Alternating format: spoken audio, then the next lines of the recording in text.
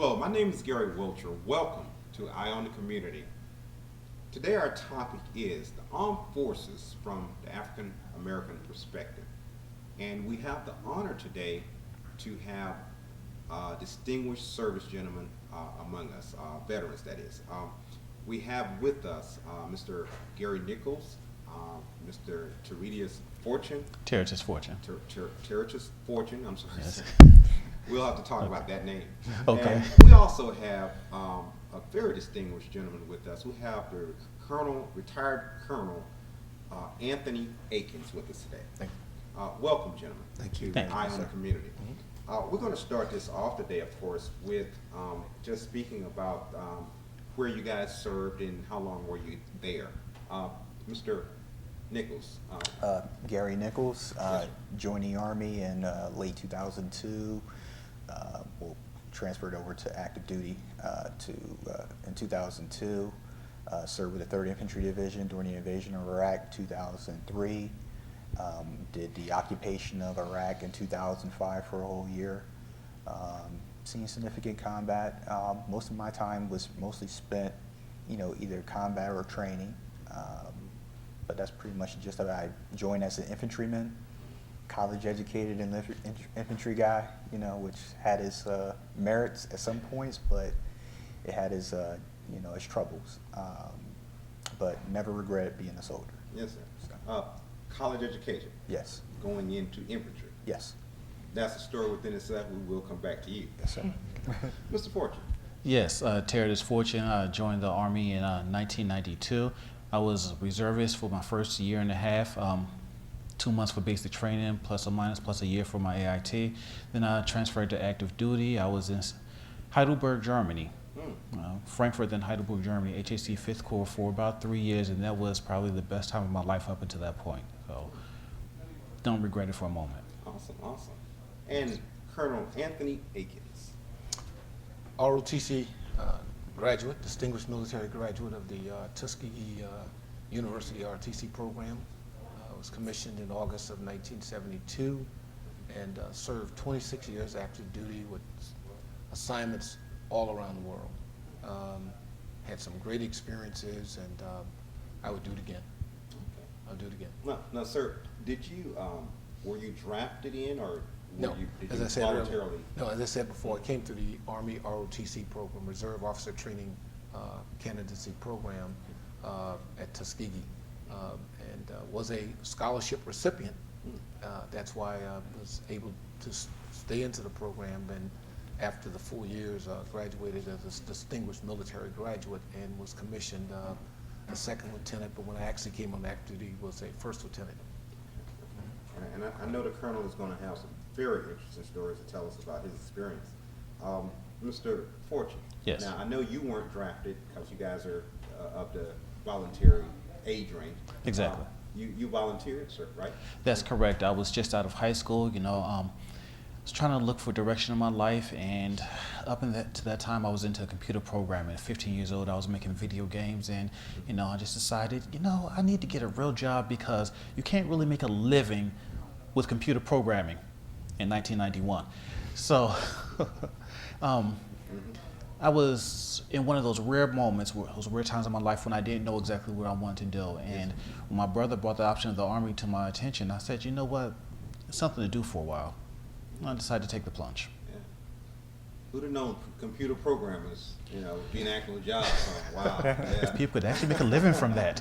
Yeah, big living. Yeah. And Mr. Nichols, we know that you were a college grad. Yes. How did it come about, sir, that you decided to go into the armed forces? Well, and I always knew infantry of all places. Well, I always knew I wanted to be in the Army Yes, sir. at some point in my life. There was one point where I kind of shifted my focus to another area, and that was, I did 2 years of ROTC at Clemson. I was actually going to my third, which is called Military Science third year, MS3. But I had some social incident happen at Clemson. It's the first time in my life I've ever been called a nigger, and I was just first time ever in my life. At college? Yeah, right there. Yeah, Okay. me and one of the other cadets got into he wanted to scrap, and I was ready for him, and we didn't scrap it. I mean, when he said nigger, everybody looked at each other and just stopped like, wow, you know, I can't fight you over this. So I left the ROTC program. Then it comes around 2001, the biggest incident, one of the biggest infamous incidents in American history happens, called September 11th. You know, and me being a Jersey or native, you know, growing up seeing these things almost every other day or whatever, you know, you, instead of going to law school or going to grad school, I chose to pick up a rifle. I knew the infantry was the most dangerous place to go. Could cost me my life, but I still chose to do that. I wanted to fight for my country. And Now, were you angry, sir, because of 9/11? Were you upset, angry? Did you No, just it want was- to shoot somebody? no, it was a sense of duty. Okay. And I promise you, I got everything. And you talked about killing. I think the difference between me and a lot of others is that I was one of those guys that killed. You know, went there, faced the enemy, and killed them.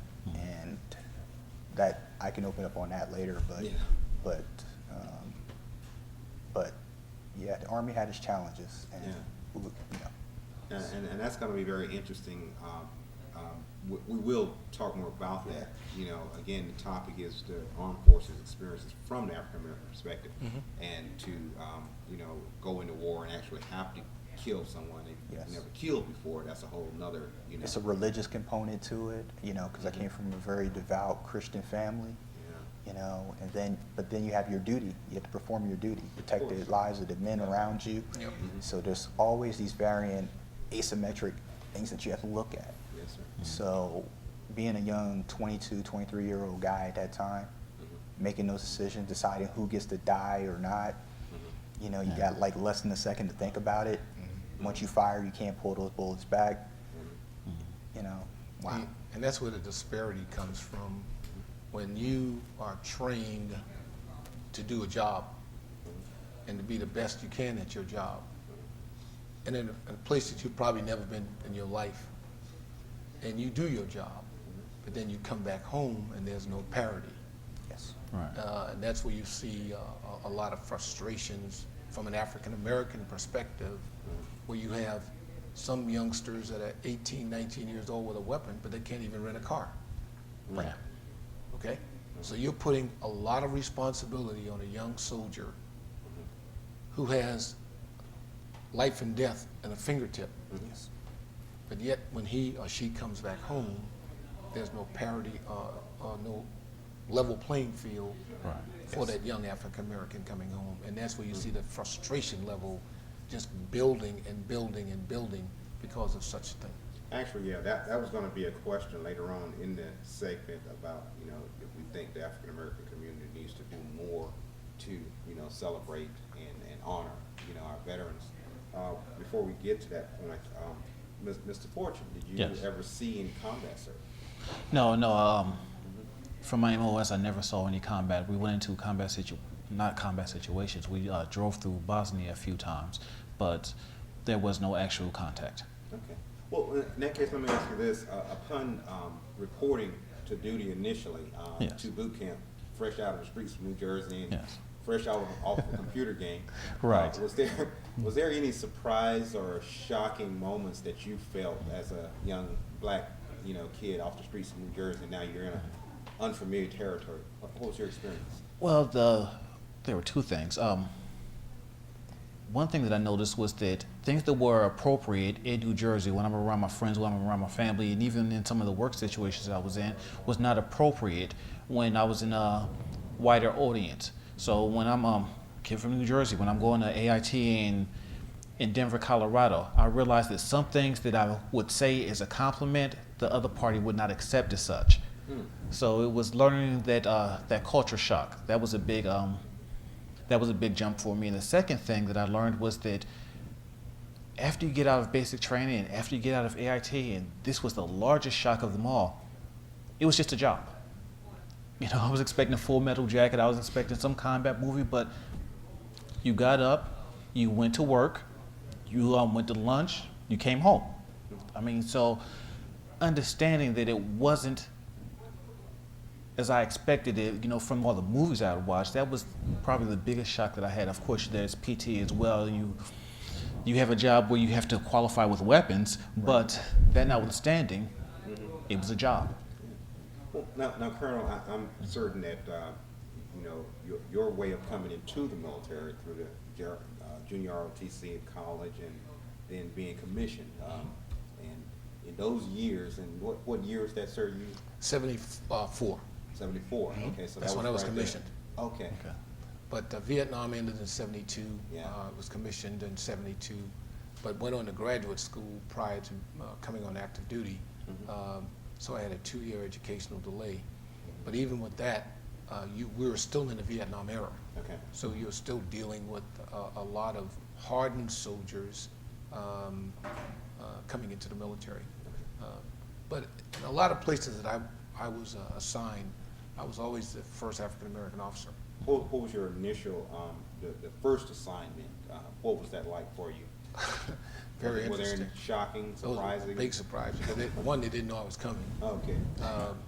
To come into a command on the 28th of December of 74. And you said, well, why does he remember that? Because that's a significant moment in time. Yeah, I Right. understand. Right. You know, Yes. 28 December 74, why are you here? Well, I'm assigned here. Well, you know, go home over the weekend. Let's come back on Monday. After the holidays, we'll talk about it. And to walk into a command where there is 20 other officers and none of them look like you. There were no other African American officers at all. First one assigned to this command. No Hispanics? None, not a zilch, Okay. zero, Okay. me.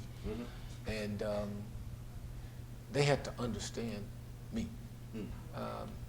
Because I came in there with good training, good strength, belief in myself. And all I wanted was the one word I always seeked, opportunity, opportunity to perform. And I was given that opportunity working for a lieutenant colonel by the name of Dick Miller from Midwest USA. And Dick said, just follow my lead, you'll be okay. And 30-something years later, Dick and I are still friends because he believed in me as much as I believed in him trying to train me into a system that was totally new to me. But I came in with an attitude, a positive attitude of being the best that I could be and whatever that was. Okay.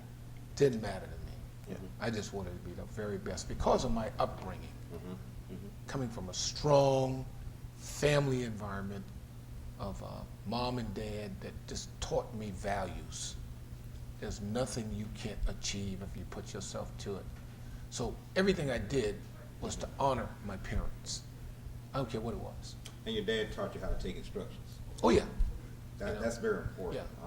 What are some of your fondest, most memorable moments from your experience in the military? Well, you know, I'm a little different than others. I really didn't have too many fond experiences in the military. My time in the Army.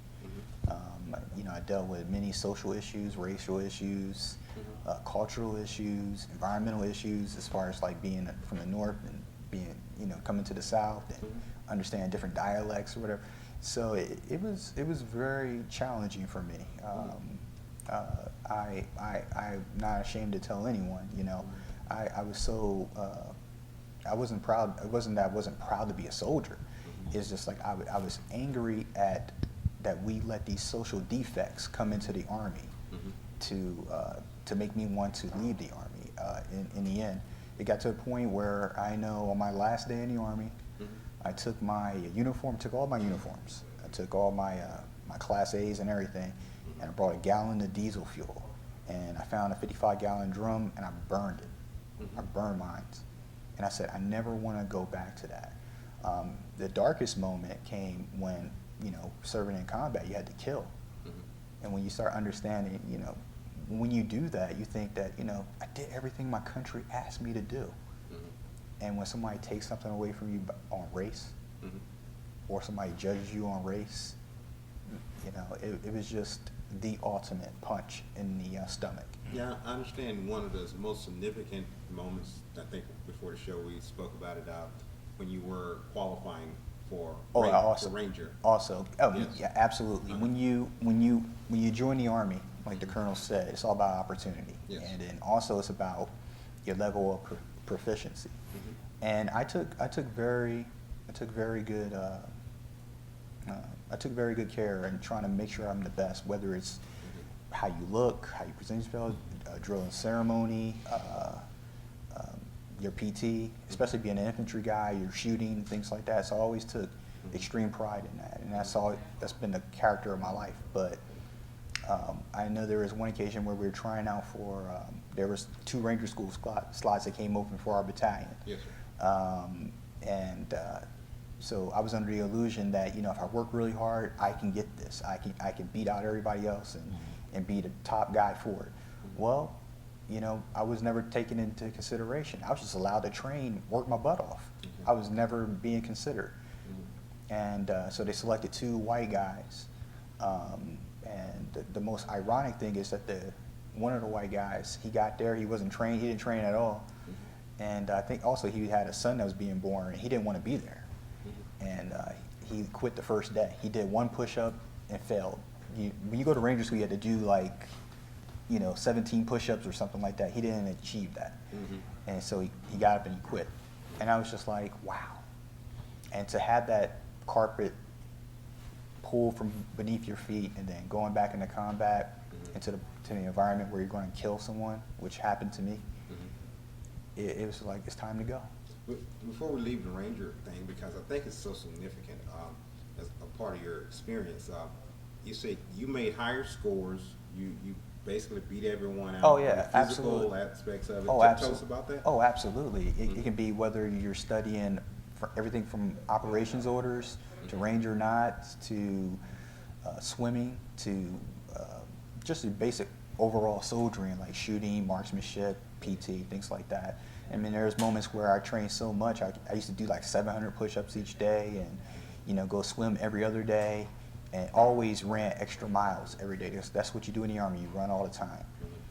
And being an athlete, you know, being a person who won championships in high school, you know, going on to college and participated in athletics, to be beaten, not because another man beat you face to face or he just beat you head to head, to be beaten because of some cultural and social defect someone has.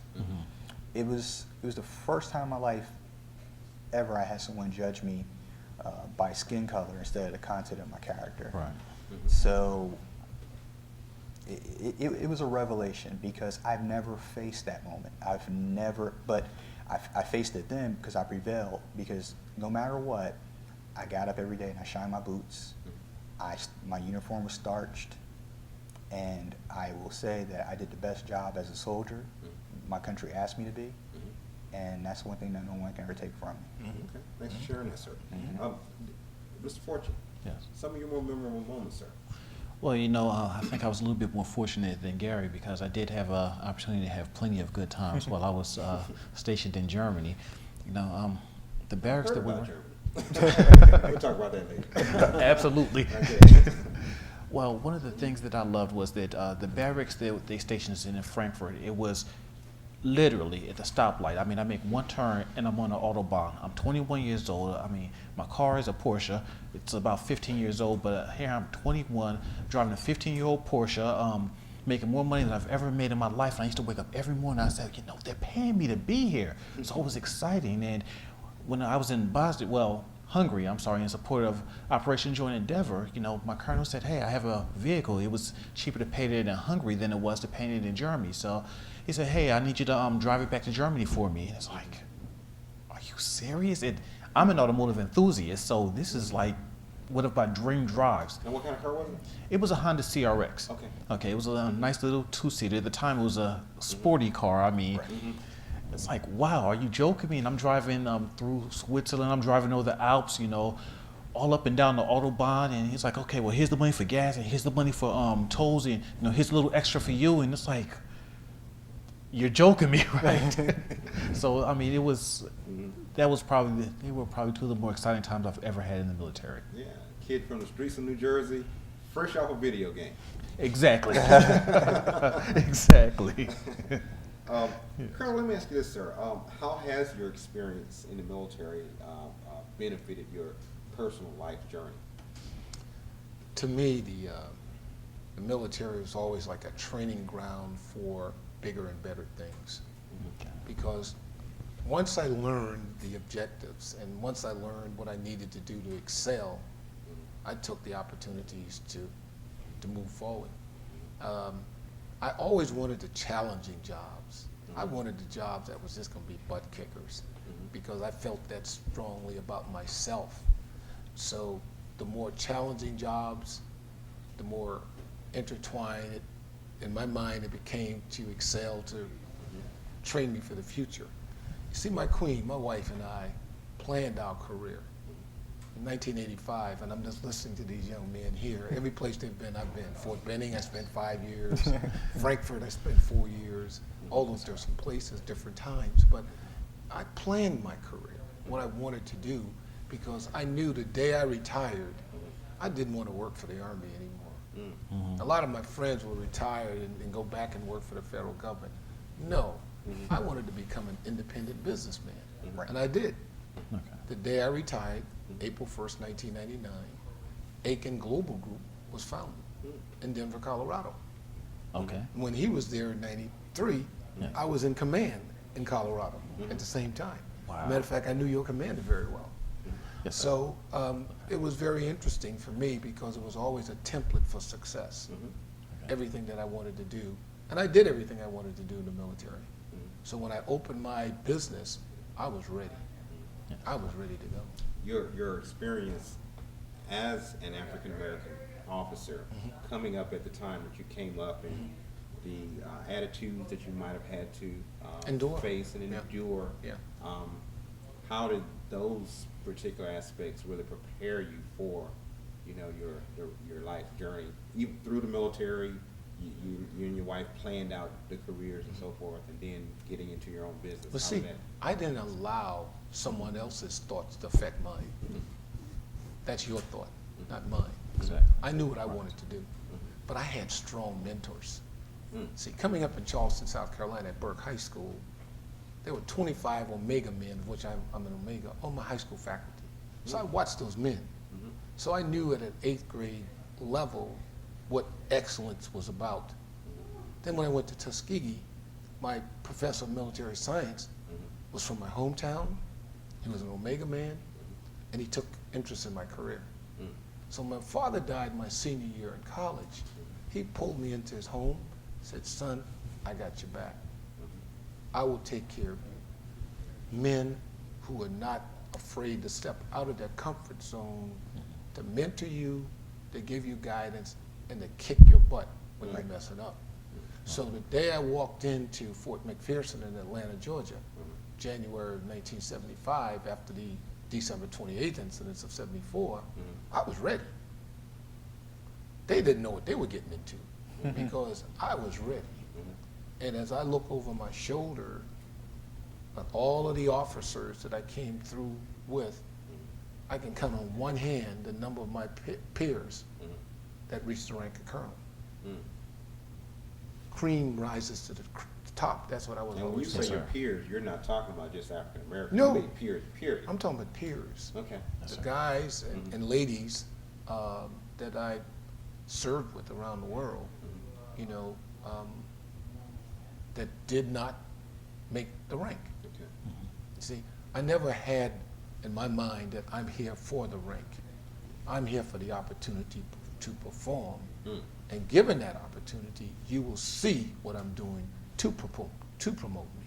Okay. Okay. Yeah. Ms. Fortune. Yes. Same question, sir. How has did the military experience? How long were you in, sir? I was in for 6 years, 1992 to 1998. Okay. Yeah. How did that 6 years influence or benefit your life's journey, sir? You know, there's a saying in the military: the maximum effective range of an excuse is 0 meters. So I internalized that, and I just took that to. I really used that to ask myself every time I encountered adversity, every time I encountered a challenge, I would say, "Did I do my best?" Well, yeah, I know it's not something I may want to do, but could I have done that a different way? Maybe I could enlist someone else's help. Do whatever you have to do to accomplish the mission, because at the end of the day, when it's all said and done, you're judged on your results. Absolutely. Yes. From now, when you look at your life journey, are you looking at it from? And I guess the question I'm asking is, from being a young African American from the streets of New Jersey, Yes. going into the Army and having the experience you had, Yes. was there anything specifically there that you could maybe, target that, kind of focused you on what exactly it is you wanted to do once you, got out, and even making the decision, like, what was your job when you were in, sir? I was a mechanic, 63 Bravo, light wheel vehicle mechanic. Okay, and Yes. and you chose to be a mechanic. I mean, you Yes. say you were computer programming on the outside, but Correct. you chose to go into mechanical engineering. Is that right? Yeah. Well, I Okay. chose to become automotive engineer. Okay. Yes, after the Army, but I looked at, the Army gave me opportunity to see vehicles. I've always been a vehicle enthusiast. So when I became a mechanic, it gave me the other aspect of it. I realized that it's not as difficult as it seems. People just look at it as one big moving machine, like, oh, I don't know what to do with that. But being a mechanic, it just gave me the opportunity to see, okay, well, it's just this part, or it's just that part. And when you look at it as components, putting them back together, it's just easy. So that's, I used that. It was a stepping stone. Yeah. It was definitely a stepping stone to my greater career. Okay. Okay. And yourself, Mr. Nichols? Pretty much the same thing what he was saying, but I think one other thing that I liked about the Army and what made me fall in love with the Army was you have a chance to, how can I say, learn everybody else's job. So you can be an infantry guy and learn what an engineer does, Right. or learn what a medic does, or Right. even the finance. I think the biggest thing the Army had me left me with was a sense of how to do things orderly. Like an operations order, I still use it today. 5-paragraph operations order.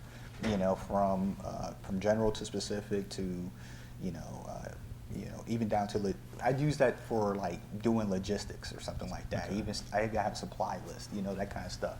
It makes things more efficient. So I've taken that away from it. Yeah, I had horrible moments, but there's a lot of great things that came out of it as far as the discipline part. And like I said, logistics wise, you can put me in any logistics field and I can pretty much run the show. Right. I chose to go into like economics. When I went to graduate school, I finished my MBA. Because I used to watch how the money was distributed to the Iraqis during a war. And I was like, wow, I'm really just going to sit back and watch these economic teams or development teams work over here. And I'm like, wow, I'm really good at this. I understand macroeconomics and stuff like that, so micro, even down to the micro level. So even the Army, even in the infantry, has horrible moments, but I was just one of those individuals that refused to leave the Army without any type of benefit. Well, let me ask you guys this: would you find yourself,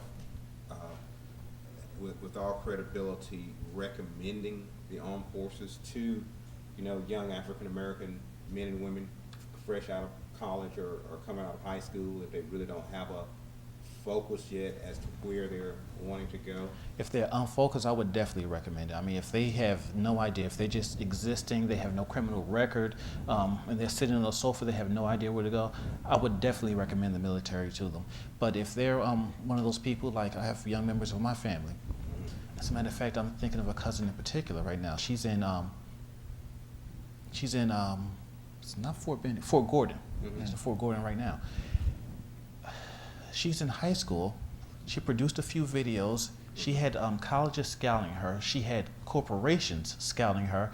And she said, I want to go into the military. And I said, well, I did that and it's not a bad deal, but you have a lot more options than I do. Maybe you should consider some of the things that you should do. No, she said, I really want to do this. Frankly, I would not have recommended it for her because she did have so many other options. And she actually had to set a few of her opportunities aside so she could join the military. But that notwithstanding, if it's someone who has no direction, they don't know what they want to do, they're just kind of existing, looking for a job at McDonald's or Sears, I would say it's the way forward for them. Well, my era is different. Yes. I'm from the Vietnam era, but even with my son and my nephew, I love dearly. It's about the opportunity, but if they don't go into it with the right attitude, it's not going to be a successful story for them. That's true. Because of the discipline. That's true. Just going through boot camp alone requires discipline. Yes. Yes. I mean, it's designed to break you down to build you up. Yes. From the standpoint of you're coming in, here is gone. So that everyone's the same, right? Yes. Now let's get into the physical training aspect. And there's some that can't even run a mile. Right. You know, they don't eat right, they don't sleep right, they stay out all the time, and all of a sudden now you're in an environment where you have to forget all of that, and it's not about you anymore. Yeah. It's about the unit. Yes. So if you're on a battalion run or brigade run or whatever kind of run, and one person falls out, to show the cohesiveness, everybody runs back to get that person to bring them back. Exactly. Yeah. So I remember all of a that. sudden now you're building this esprit de corps. They're going to get pissed off, angry, okay, until they formulate in their minds, the only way I'm going to be successful is to do what I need to do to graduate. Yeah. Right. And that's a change of mindset. That's a change of cultural thinking. And so, Because actually now you're talking about getting away from the I to the we. oh, it's a Yes. we thing. Yes. It's a becoming- All the we, way. it's a Yeah, we all the way. thing. Absolutely. All the way. Become a part of instead of individual, you know. It's a we thing. Yeah. I mean, as a battalion XO, 3 to 4 mile run was nothing. But if you have soldiers dropping out, that 3 to 4 miles can become 5 to 6 Easily. because you're going back and forth to pick them up until they themselves start to discipline themselves, saying, "Okay, guy, you're not gonna fall out anymore. I'm gonna help you because we're not gonna run back here to get you again." You follow me? Because it's putting So- the whole team You're behind. right. You're Yeah. affecting the entire unit. So Yeah. that's where that cultural change comes from. Now, you know, on that understanding and ideal, a lot of us played sports in high school, and you know, I think I started off in recreation and kind of went through school playing. Never was all that outstanding, but you know, just being a part of Yeah. the team. Going into boot camp, it kind of just felt like another, you know, opportunity to be part of the team, you know, trying to fit in somewhere. But after boot camp, what I noticed was, and I kind of went through boot camp pretty well, but after boot camp, I noticed that I too had a lack of discipline. So I didn't grow up with a father figure, you know, in my life to, you know, promote discipline and you know, guide me, you know, into manhood. A lot of the young men and women today that we're seeing and that we're kind of talking about now, and I think most of us really would like to mentor, have that same defect, not growing up in a situation where there's a, you know, male mentor or, you know, no one to really teach them how to take instructions. Right. So Right. that's one of the reasons why I think this question is so significant, because going into the military, it's a wonderful thing to have a certain work ethic, because then you're going to go in there and do all the things that need to be done to compete and excel. But if you don't have that ethic going in, how tough is it to, you know, what I saw was it can get rather tough, and if you make it through your first contract, you're probably gonna just kind of get out of there. Right. What's you guys' take on that or experience in that regard? Well, you know what? It's one of those things where I've always been an intelligent person. I've always been, you know, when I'm in my class, I'm usually the smartest person in the room. Now, the problem that we had was that when someone said something, and I've always had strong opinions about many things. So when someone said something that didn't make sense, well, wait a minute, you know, why do we have to do it like this? So when I Yeah. went to basic training, that was a problem for me, because sometimes it's not about the fastest way to do it or the most efficient way to do it, it's about the best way to do it. You know, so I didn't understand that. It was that whole concept of teamwork, that whole concept of camaraderie. It was never explained to me. It's something I picked up, you know, but I think that a lot of people in this generation, I think they're going to have a lot of the same problems, because you go in, you're thinking you're smarter than the system, and it's going to hold you back. Well, I think it's, with the generation today, one thing I'll say that the generation lacks is this is an instantaneous generation. They want, they see it, they see one of these rappers on TV have the gold chain or gold teeth, and they gotta have it now, or they gotta Right. have the latest pair or whatever, and they have to have it instantaneously. Well, there takes money, Right. It takes a job to get there. Right. I mean, it takes the work ethic to get there, to earn and work hard and stuff like that. But the other thing, I think, as far as like, one thing that I think a lot of people don't touch on for the younger generation, or after me, is, you know, the level of critical thinking. You know, it's like we do not critically teach these kids how to critically think, or put them in positions where they are allowed to express themselves or critically think. And I think that's maybe a problem with public education, maybe there, but so if it came in regards to recommending someone for the armed services or younger people, I'm kind of torn. I mean, I have a little bit different experience. I mean, I don't want no one to go to war anymore. That's just the way I feel now after coming through that horrible experience there. So I don't want anyone to serve. So I kind of a little biased there. But if you did have to serve in the armed forces, don't make the mistake that I made and enlist when you don't have to. Go ahead and take your time, slow down, be an officer. Don't be a rush to go to war or anything like that. Slow down. Go be an officer, and then you watch your career rise, and you have to deal with so much stuff. So, see, even I made a mistake. I didn't critically think about it. I said, I just want to join the Army. I want to go fight, join the infantry, and a lot of people told me I was like, Gary, do not do it. You don't know what's out there for you. No. I got it. I'm opinionated. I'm gonna go do what I want to do, and this is what I want to do. As a job and as a lifestyle, how do you guys, and remember, as I inquire with these questions, it's always looking at from the perspective of not just being a soldier, but being an African-American soldier. Right. As a lifestyle and a job, how would you guys rate your experiences with the military? Well, you know, that's one of those deals where I'll be completely frank with you. As a job, from my experiences, I can't speak for anyone else. Of course. When you're in the military, you have camaraderie. I mean, you live together, you work together, you play together.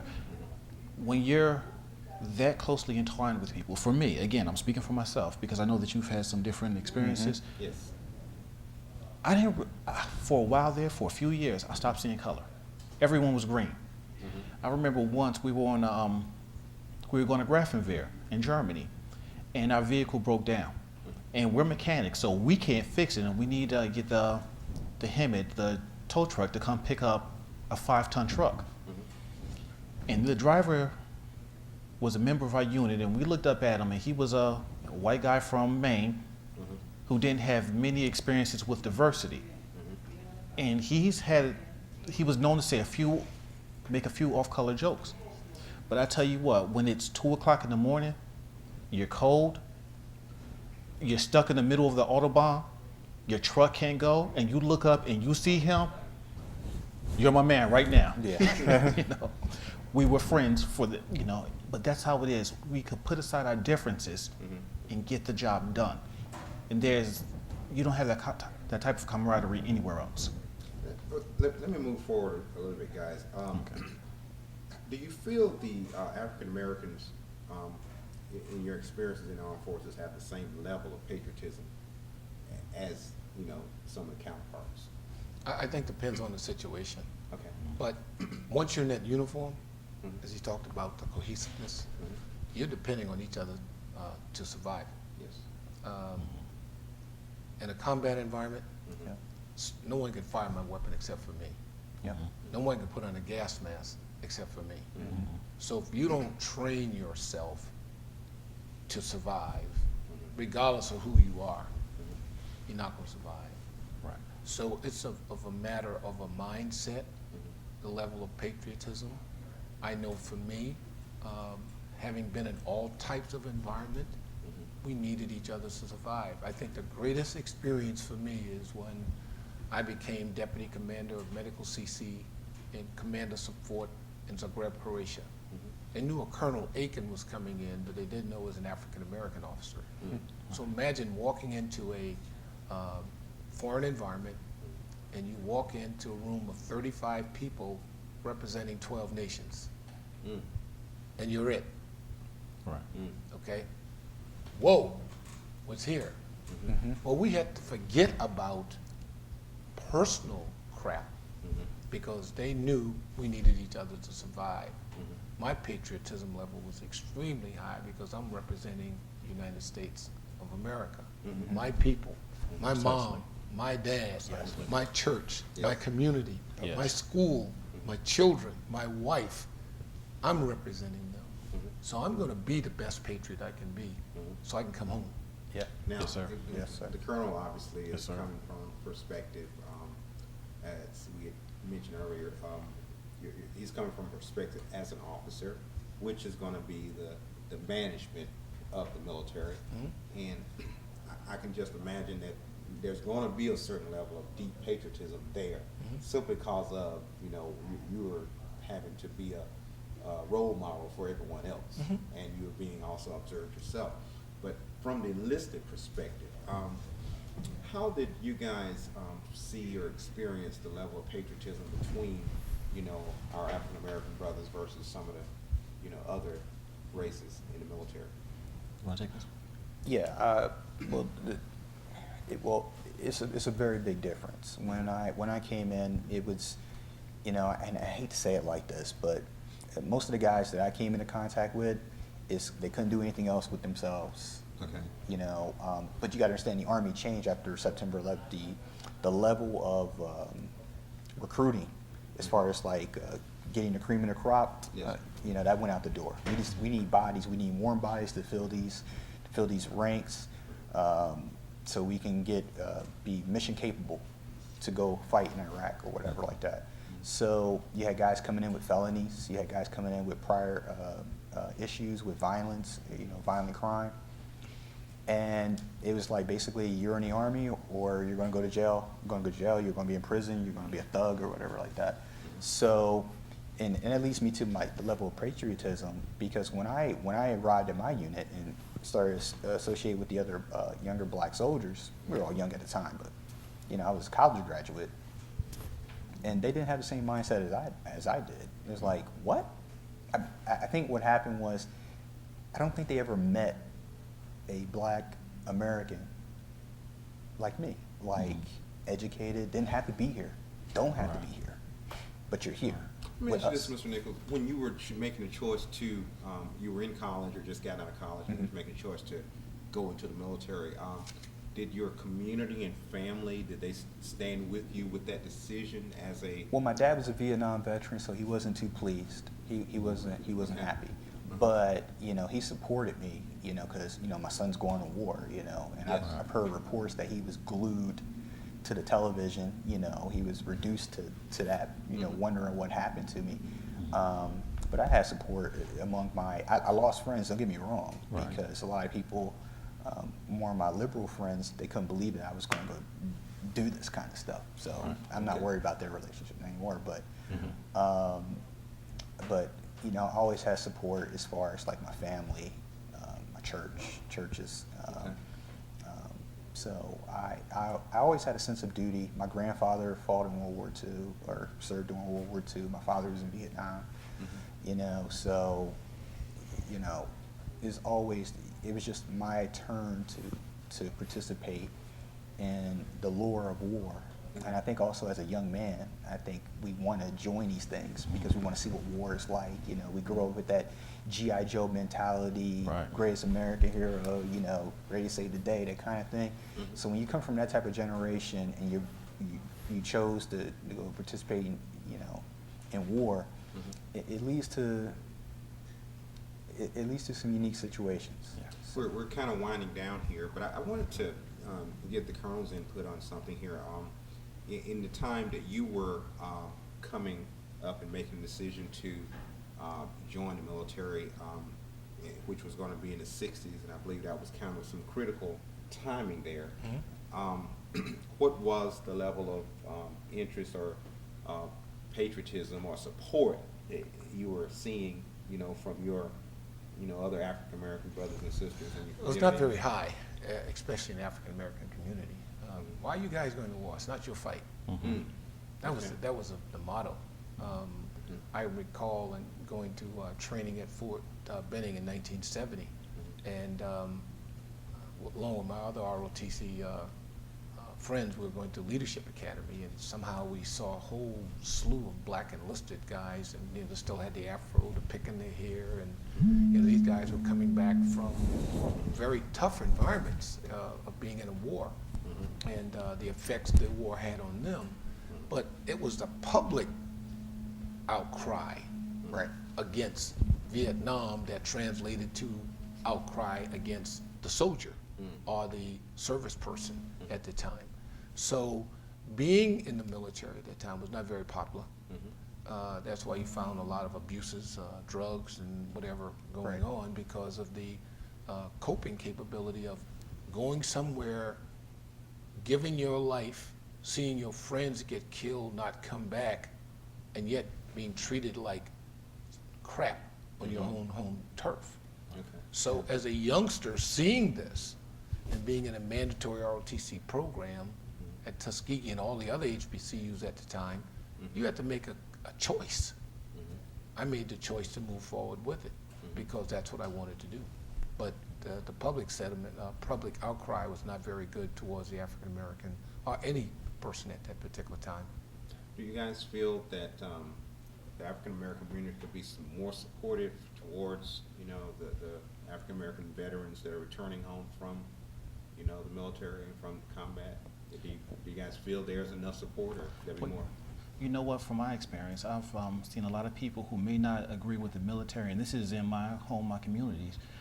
They may not agree with the military, they may not agree with the war, but when your son, when your cousin, when your child comes home, you're happy. Yeah, you're happy. Yeah. So there's no argument there. There's a different level of patriotism now Right. than it was then, because they understand, the value of what we're doing.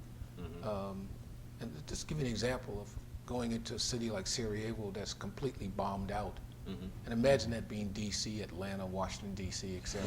We've not had that type of turmoil on our home turf. Absolutely. So when a young person comes back home, having been in a campaign, Yes. having seen the things that they've explored, the patriotism level should be 1,000%, because of what the value of these young men and ladies do every day to keep our borders free. Yeah, Okay. absolutely. Yes. And I think there's so many areas here for us to, explore, and hopefully we can make this, series, of speaking about the African American perspective of the American military. Would love to. And we really appreciate you gentlemen being here. Thank you for having us. Yeah. Yeah. Thank you. It's really been a pleasure and an honor. We will be announcing, whether or not we're going to be able to make it a series. It's just so much to talk about in this regard. But with that said, one of the things I wanted to kind of leave is that I believe that the military is still a viable, option for a young man or woman that, just like Mr. Fortune said earlier, don't have anything else to do. But I believe there should be some almost mandatory ROTC in our public school system. Not only will it give them some opportunity to learn how to just take instructions, which is such it's such an important part of going into the military and having even a chance at having a reasonably good career. Because the homes I think our families are not, really teaching that anymore, and we're seeing that around us, as we look at see our teens out here. I think the military is a good place to go, but it's got to be some type of work ethics that are established in the mind of the young man or woman that's going in there. Nothing is going to be given to you. Right. You got to work for it. You got to be willing to compete. And I keep it, talking about the instruction thing. That is so important. Absolutely. Just being able to take the instructions, and quite honestly, I realized that when I went in, I was like, okay, I got to do something that I'm not really used to doing, but it wasn't as hard for me because I came up at a time when, it wasn't, well, nowadays it would be considered child abuse. Right. Right. So I was kind of raised up like that, so I knew to, obey. But anyway, with that said, guys, thank you for joining us today on Eye on the Community, and we want to thank our, very distinguished guest that was here today. And continue to watch Eye on the Community, where the camera may be focused on you. And you guys' experiences have just been tremendous for me to hear it. You know, after retiring, I miss that esprit de corps. I miss that cohesiveness. I miss that see it through. Let's get to Good morning. I apologize. I came, expecting to get my belly full, but I know I'm going to get my spirit full too, so thank you very much. My name is Tara Lee. I am the Director of Programs for House of Dawn. Those of you who are not familiar with the services that we provide housing, residential services, and support services for homeless teenagers and their children. We serve young mothers as young as 13 up to the age of 23. Providing housing, long-term housing. Our younger young ladies who come to us who are still completing high school, or we even have some middle school girls who are with us. You know, they come to us for a variety of reasons. Their traditional support systems, mom, auntie, grandmother, cousin, whoever is not there, to provide the basic needs for them as teens themselves, but they found themselves in a position of parenting a child themselves. So House of Dawn comes in and picks these children up because the moms themselves at 13 and 14 and 15, we understand that they're still children themselves. Someone has taken advantage of them. Many of the young ladies that we serve, they receive most of the blame, the guilt, and the stigma and shame. But there was a partner, there was a male, who at 13 and 14, a 13-year-old young lady is not of age to consent to sex with anyone. So we believe that they're victims. And someone has taken advantage of their youth and their innocence, and we're there to restore them as young women because they're mothers and they have a job to build their children up. And so they can come with us and live with us until they reach age 21. Our ultimate goal is to reunify them with their family. If there is a family member who is willing to step in and bridge that gap, our job is to also play that role in finding that family member, working with the state or working with just the family in general to bridge that gap, to bring the support system they'll need, because all of you here who are mothers know that you can't do it alone. And so we look to the community, for women like yourselves to help us do the work that we do. We can't do it alone ourselves. We have a wonderful staff, we have a wonderful team. Right now we have 3 programs operating. Through the grace of God, we just opened another home in Riverdale. This will be our 3rd home. We'll be bringing in more moms starting November the 1st. We were blessed with a home, a foreclosure. We got the community to come in and completely renovate the home so we can serve more moms and babies. As we continue to grow, we have a 4th home on the horizon. So, you know, God is in the blessing business, absolutely. And He continues to bless us every day. The children of the moms that we serve are our future. And without the basic care, concern, love, and, you know, as we know, raising children is not cheap. It's not free. It's expensive. And as a 13, 14, 15, 16, 19-year-old, we have limited resources. And so we look to the community to support our moms and support our programs, because these are beautiful, beautiful women who just in a temporary circumstance who can make it through and can go on to be positive and productive young women and mother. And members of our communities. These are the young ladies who are going to be at your job, working next to you. Their kids are in school next to your children, and so they deserve the same chance as any other mother out here. And that's our job. That's our role. My role as director is to, again, run the everyday operations of the program, but also to get out in the community and let the community know what we do, support us, because, you know, we may be in a community near you. That's our goal, because these young women are everywhere. They're everywhere. So we thank you for your support and your continued engagement with our programs. If any of you have an interest in working with us more directly, certainly see me. I have brochures and cards here, and we would appreciate any support that you can provide. Thank you. All right, I'm Patricia Creighton here at the Rainbow Push 14th Annual Media Conference and Luncheon, and I'm with Miss Karen Renee of Job Corps. She's played a significant part with the students, bringing them forward. Saturday is going to be the youth day for the conference this year. Miss Renee, how are you doing? I'm fine, and I thank you for having me. And tell me, what part will you put with the students? How will you bring? What will you bring? We're bringing about 40 students out, and this is a great conference. It's a conference about educating, transitioning on into college, and also jobs. We're bringing students in to help them to see that there are greater opportunities for them once they get the education and the vocational training they need from the Job Corps program. All right, and so the higher education, you'll also focus on the higher education. Yes, we are. We've been mandated by President Obama to help transition at least 40% of our students into either military or to college programs. And the Rainbow Coalition is a great avenue to expose our young kids into a higher education base. And so, how do we African people move into a space where we're not bearing the brunt of all of the foodborne illnesses, we're not bearing the brunt of an unjust food system, and we're not bearing the brunt of the prison system? What is that area we move into? Well, firstly, each human being within earshot has to open up within themselves and realize everything we've been taught is rubbish. But that ego in us will persist and say, no, it's right. Because people come to me and say, Kabe, see, we have to get these black people together. We built the pyramids so we can do it again. I say, well, how did we build the pyramids? What was the sciences?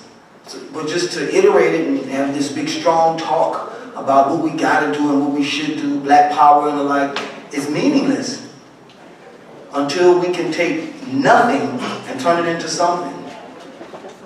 Japanese did it, Chinese did it, Germans did it. Oh, they really did it. They were blown off the map, most of them. Oh, you should have saw Germany after the coalition got through with it. Now today they run the world in auto mechanics. How did these people move into a realm of prominence? Vision. They moved into it by vision. Clear vision. Scientific vision. People say, well, the Europeans are not as religious as they taught us to be. They don't really go to church on Sunday. They go to the lab on Sunday. Well, the religion for them was a tool. It was a, what do you call it? It was a tactics. It was tactical. Religion for African people is the word life. That's where its buck stops.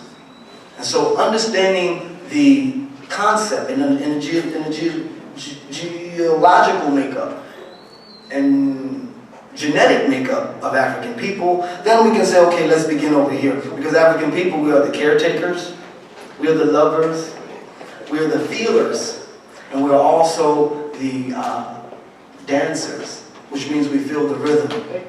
Again, we are the feelers of the world. And so, since we have an enlarged thymus gland, as they call it, then we're able to care just a little bit more.